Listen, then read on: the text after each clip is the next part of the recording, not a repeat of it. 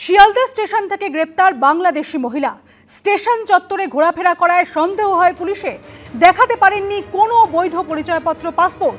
জিজ্ঞাসাবাদে নিজেকে বাংলাদেশি বলে দাবি করেছেন মহিলা, এমনটাই খবর পুলিশ সূত্রে। 3 দিন আগে শিয়ালদায় আসেন বলে পুলিশের কাছে দাবি করেন ওই মহিলা। তবে কিভাবে ভারতে অনুপ্রবেশ তা জানার চেষ্টা করছে পুলিশ। কোন পথ দিয়ে অনুপ্রবেশ, কাদের সাহায্যে অনুপ্রবেশ, ধৃতকে জিজ্ঞাসাবাদ লালবাজারে। আজ মহিলাকে আদালতে পেশ করা হবে।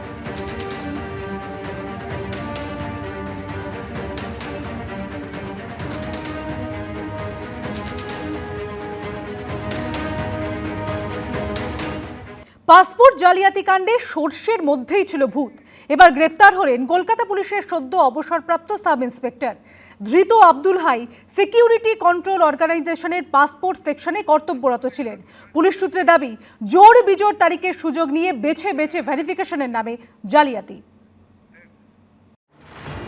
সমরেশ বিশ্বাস থেকে মনোজ গুপ্ত, ধীরেন ঘোষ, অবৈধভাবে পাসপোর্ট তৈরির চক্র যে কিভাবে ছড়িয়ে পড়েছে তা একের পর এক গ্রেফতারি থেকে স্পষ্ট। আর এরই মধ্যে উঠে এলো আরও এক চাঞ্চল্যকর তথ্য, সর্ষের মধ্যেই ছিল ভূত। পাসপোর্ট জালিয়াতি কাণ্ডে গ্রেফতার হলেন কলকাতা পুলিশের অবসরপ্রাপ্ত এক সাব ইন্সপেক্টর। ধৃত আব্দুল হাই সিকিউরিটি কন্ট্রোল অর্গানাইজেশনের পাসপোর্ট সেকশনে কর্তব্যরত ছিলেন। এই নিয়ে পাসপোর্ট কাণ্ডে গ্রেফতার করা হলো মোট 9 জনকে। সিকিউরিটি কন্ট্রোল অর্গানাইজেশনের পাসপোর্ট সেকশনে এনকোয়ারি অফিসার বা ভেরিফাইং অফিসার ছিলেন তিনি। ওই বিভাগে 2.5 বছর চাকরি করার পর 2023-এর 31 অক্টোবর অবসর নেন আব্দুল হাই। পুলিশ সূত্রে দাবি, কর্মজীবনেই পাসপোর্ট জালিয়াতি কাণ্ডের কিংপিন মনোজ গুপ্ত, সমরেশ বিশ্বাস ও ধীরেন ঘোষদের সঙ্গে যোগাযোগ হয়েছিল ধৃত প্রাক্তন এসআই-এর। পাসপোর্ট জালিয়াতি কাণ্ডে পুলিশের হাতে গ্রেপ্তার এবার প্রাক্তন পুলিশ অফিসার আব্দুল হাই নামে যাকে গ্রেপ্তার করা হয়েছে। তিনি সিকিউরিটি কন্ট্রোল অর্গানাইজেশন সেখানে কর্মরত ছিলেন এবং সেখানে ভেরিফাইং অফিসার হিসেবে কর্মরত ছিলেন। শুক্রবার রাতে উত্তর 24 পরগনার অশোকনগরের বাড়ি থেকে গ্রেফতার করা হয় অবসরপ্রাপ্ত সাব ইন্সপেক্টরকে। কোনো সমস্যা কোনোদিন আজ পর্যন্ত আমি শুনিনি যে কোনো একটা সমস্যা হয়েছে, কোনোদিন কোনো অফিসার কোনো কিছু বলেছেন যে কোনো একটা সমস্যা হয়েছে, এটা কেন করেছেন, ওটা কেন করেছেন, কোনো রকম ত্রুটি আজ পর্যন্ত হয়নি। কিভাবে কি ফাঁসানো হয়েছে, কি হয়েছে, কোনো সামান্য কিছু হলেও বড় করে ফাঁসানো হতে চেষ্টা হয়েছে, না হলে এইভাবে কেন নিয়ে যাওয়া। রাত কটার সময় ছিল? 11:30। কিন্তু কিভাবে পাসপোর্ট জালিয়াতির সঙ্গে জড়িত ছিলেন অবসরপ্রাপ্ত সাব ইন্সপেক্টর? পুলিশ সূত্রে দাবি, নিয়ম অনুযায়ী জোর দিন অর্থাৎ 2, 4, 6, 8 তারিখগুলোতে পাসপোর্টের আবেদনকারীর যাবতীয় নথিপত্র দিয়ে যে ফাইল তৈরি হতো তা করার দায়িত্ব থাকে সিকিউরিটি কন্ট্রোল অর্গানাইজেশনের এনকোয়ারি অফিসার বা ভেরিফাইং অফিসারের ওপর, অর্থাৎ যে দায়িত্বে ছিলেন আব্দুল হাই। আর বিজোড় দিনগুলিতে সেই কাজ করতেন থানার অন্য সাব ইন্সপেক্টররা। পুলিশ সূত্রে দাবি, পাসপোর্ট জালিয়াতিতে ধৃত মনোজ গুপ্ত ট্যুরস অ্যান্ড ট্রাভেলসের মাধ্যমে 150 জন বাংলাদেশের নাগরিককে ভারতের পাসপোর্ট বানিয়ে দিয়ে ইউরোপে যাওয়ার পথ করে দিয়েছিল ধৃত ধীরেন ঘোষ। পুলিশ সূত্রে দাবি করা হচ্ছে, জাল নথির ভিত্তিতে তৈরি হওয়া ওই 150টি পাসপোর্টের মধ্যে 51টির ক্ষেত্রে পুলিশ ভেরিফিকেশন রিপোর্ট বা পিভিআর তৈরি করেছিলেন ধৃত প্রাক্তন পুলিশ অফিসার। পাসপোর্ট প্রতি 25,000 টাকা করে তিনি নিতেন বলে পুলিশ সূত্রে দাবি।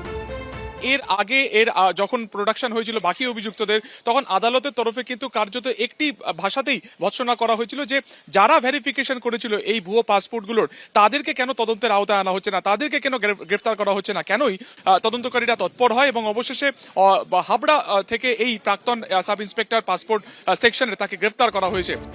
এদিন আলিপুর আদালতে ধৃতকে তোলা হলে সরকারি আইনজীবী দাবি করেন, 51 জন পাসপোর্ট আবেদনকারী নথি ভেরিফাই করেছিলেন আব্দুল হাই এবং তার জন্য দেয়া নথিতে যে ঠিকানার উল্লেখ ছিল তার কোনো অস্তিত্ব নেই। জাল নথির ভিত্তিতে পাসপোর্ট পাইয়ে দেওয়ার বিনিময়ে ধৃতের ব্যাংক অ্যাকাউন্টে টাকা ট্রান্সফার হয়েছিল। মাননীয় মুখ্যমন্ত্রী বলে দিয়েছেন, রাজনৈতিক নেতা হোক কিংবা অফিসার হোক, যে গাফিলতি এবং রিটায়ার করে গেলেও তারপরেও তাকে ধরা হবে। সুতরাং দিদি চিরকাল স্বচ্ছতা আসুক, এই ভুয়া প্রতারণা এই সমস্ত যাতে না হয়, বাংলা পরিষ্কার থাকুক, সেই চেষ্টা তিনি করছেন। সুতরাং যারা ধরা পড়েছেন আইনের পথে চলবে। এই কেসটা এনআইএর নিয়ে নেওয়া উচিত এবং এনফোর্সমেন্ট ডাইরেক্টরেটের ফেমা নিয়ে কাজ করা উচিত। পুরো বর্ডার এলাকাতে তৃণমূলের লোকেরা আধার, এপিক, পাসপোর্ট সব 2 নম্বরিতে যুক্ত। সব পক্ষের বক্তব্য শুনে 18 জানুয়ারি পর্যন্ত ধৃতকে পুলিশ হেফাজতের নির্দেশ দিয়েছেন বিচারক। পাসপোর্ট জালিয়াতি কাণ্ডে ইতিমধ্যেই কলকাতা পুলিশের একজন হোমগার্ডের মোবাইল ফোন বাজেয়াপ্ত করেছেন তদন্তকারীরা।